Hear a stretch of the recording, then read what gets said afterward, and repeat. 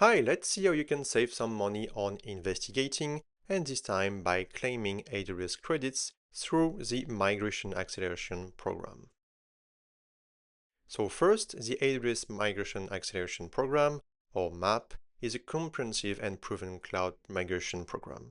So through MAP, you can build strong AWS cloud foundations, accelerate and reduce risk, and also you can offset the initial cost of migrations. So basically, you will just receive AWS credits during the migration by tagging your impacted resources. Let's see how. So how to claim your AWS credits? First, look at your migration plan contract to see terms and conditions. You should see a credit percentage, which is MAP services formula, let's say for example 20%, which will be only eligible to specific services, let's say EC2. Then you have to tag your migrated resources with the correct value, let's say map migrated equals to mig and a number. Then wait until you reach the minimum threshold to get your credits, let's say 20K.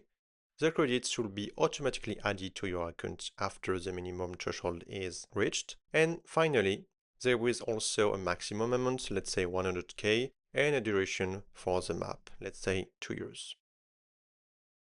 You can estimate your credits you will receive by querying the curve or focus using Asina.